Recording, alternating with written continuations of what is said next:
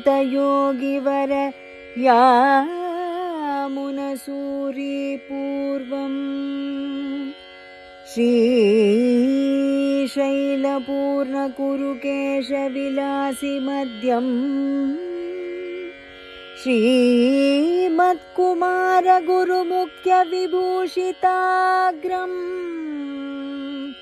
श्रीतातयार्यगुरुवंशम् अहं प्रपद्ये. ஸ்ரீமதே ராமானுஜாய நமஹ. ஸ்ரீமதே நிகமாந்த மகாதேசிகாய நமஹ. இன்றைய மகத்வம்சம் நிகழ்ச்சியிலே அதிதி சத்காரத்தை பற்றியும் பாகவத பிரதிபத்தியை பற்றியும் நாம் பேச இருக்கின்றோம். இதை அனுஷ்டித்து காண்பித்த ஒரு மகானுடைய விருத்தாந்தத்தை இப்பொழுது நாம் பார்க்க இருக்கின்றோம்.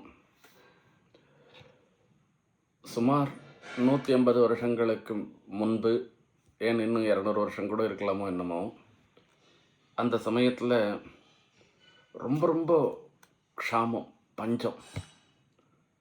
எல்லாருமே அவள் சாப்பிட்றதுக்கு அரிசி கூட கிடைக்காத இருந்த ஒரு சமயம். அப்படிப்பட்ட க்ஷாமன்றது அடிக்கடி நேரிடும் அந்த காலத்தில். இப்பொழுது கூட ஒரு 60 வருஷம் முன்ன கூட அந்த யுத்த காலத்தில், 60-70 வருஷம் முன்பு ஒரு யுத்த காலத்தில் பெரிய க்ஷாமம் ஏற்பட்டதான். அரிசி கூட கிடைக்காமல் ரேஷனில் வாங்கி சாப்பிட்டு இருந்தான்னு எங்கள் அம்மா சொல்லியிருக்கா. சில சமயங்களில் ராத்திரி வேளையில் நாங்கள் உங்களுக்கு இருக்கிற சாதத்தை உங்களுக்கு போட்டுட்டு நாங்கள் 2 பேரும் தீர்த்தம் சாப்பிட்டு படுத்துட்டுருக்கோம் என்றெல்லாம் சொல்லியிருக்கா.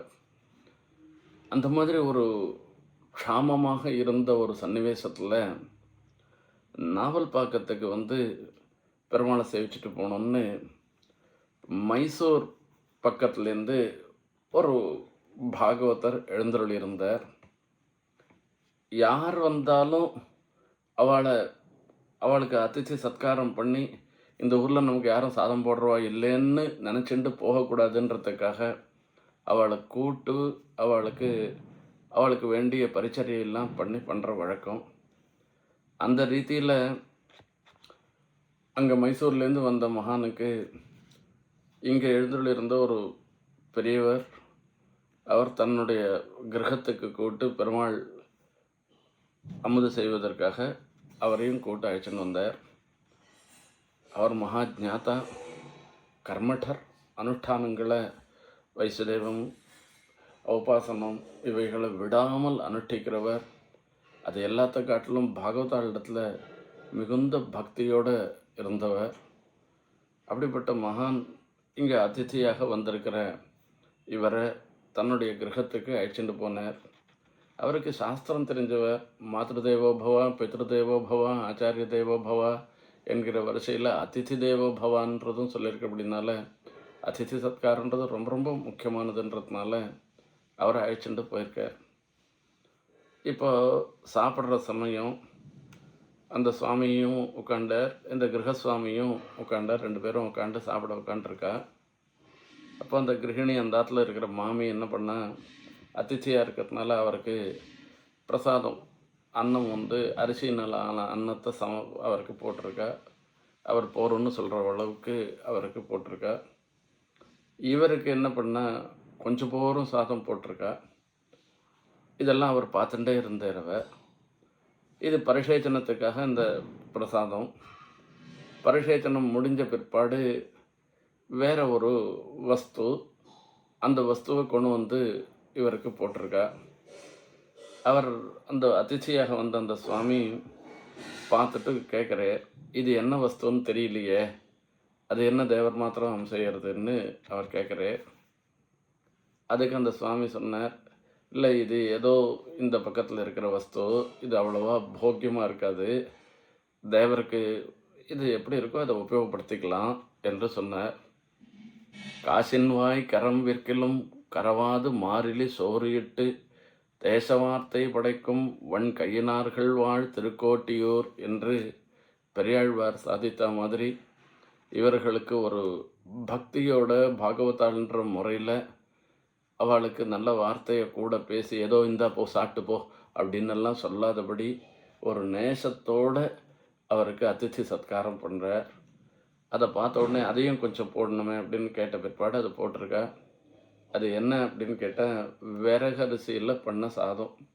அந்த புல்லில் இருக்கக்கூடிய அரிசி அதை பொறிக்கும் வந்து அதையே சாதமாக பண்ணியிருக்கிறது. அவ்வளவு தரித்திரம். அதை பார்த்த உடனே அந்த மகானுக்கு கண்ணில் ஜலம் வந்துடுத்தான். அதித்தியாக எழுந்துள்ள இருந்தவருக்கு இவ்வளவு ஞாத்தாவாகவும் அனுஷ்டாத்தாவாகவும் வைராக்கியத்தோடையும் இந்த ஊரில் எழுந்துள்ள இருக்கிற இவருக்கு இப்படிப்பட்ட ஒரு துர்தசையா, இப்படி ஒரு பரிசேத்தனத்துக்காக ஒரு துளிவுண்டு சாதம் போட்டுக்கிற அளவு ஒரு நிலைப்பாடா என்று அவர் நினச்சி அவர் இவரை அழைச்சிட்டு போய் எங்கள் ஊருக்கு வந்துருங்கோ, காவேரி பாய்ச்சல்ல நிலம் இருக்குது, ஒரு கிராமத்தையே உங்களுக்கு கொடுத்துட்றேன்னு சொல்லி அந்த இடத்துல அந்த மைசூர் பக்கத்தில் ஸ்ரீரங்கராஜபுரம்னு இருக்குது. அந்த ஸ்ரீரங்கராஜபுரத்தில் இவருக்கு ஒரு கிராமத்திலேயே கொடுத்து அவர் அங்கே இருக்கும்படி சத்காரம் பண்ணினா என்று சொன்னாக்க அது சத்தியமான விஷயம். அப்பேற்பட்ட ஒரு அதித்தி சத்காரம் பாகவத பிரதிபத்தி எந்த நிலையிலையும் பாகவதாண்டத்தில் கிரய விக்கிரையார்க தசையா சமிந்ததே என்று சொல்கிறவர். ஒரு பாகவதருக்கு தன்னை விற்று காசை பண்ண சொல்லுவார். இன்னொருத்தர் பாகவத்தை தன்னை வாங்க விரும்பினாக்கா அதுக்கும் சம்மதிச்சு அவர் வீட்டில் ஒரு விலை பொருளாக இருந்துண்டு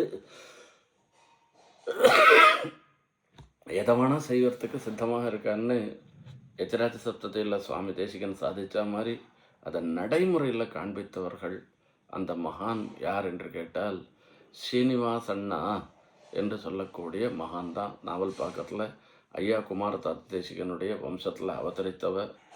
அவருடைய வழித்தோன்றல் தான் யஜ்வா சுவாமி, அக்னிஹோத்திர சுவாமி என்றெல்லாம் சொல்லக்கூடிய நாராயண தாத்தையாரிய மகாதேசிகன் மற்றும் நாங்கள் எல்லாருமே அவருடைய வழித்தோன்றல் தான். அப்படிப்பட்ட மகான்கள் பண்ணின அதித்தி சத்காரம் தான் இன்னைக்கு நம்ம மாதிரி இருக்கிறவர்களுக்கு பசி இல்லாத இருக்கும்படியான ஒரு பாக்கியம் கிடைச்சிருக்கு. அவளை நம்ம தினமும் அவளை ஸ்மரிச்சுண்டு அவள் மூலமாக நமக்கு சமஸ்த அனுகிரகமும் வரணும் என்பதை இந்த நிகழ்ச்சி மூலமாக தெரிவித்துக் கொள்கிறேன். கவிதார்க்கிக சிம்ஹாய கல்யாண குணசாலினே ஸ்ரீமதே வெங்கடேசாய வேதாந்த குரவே நமஹ.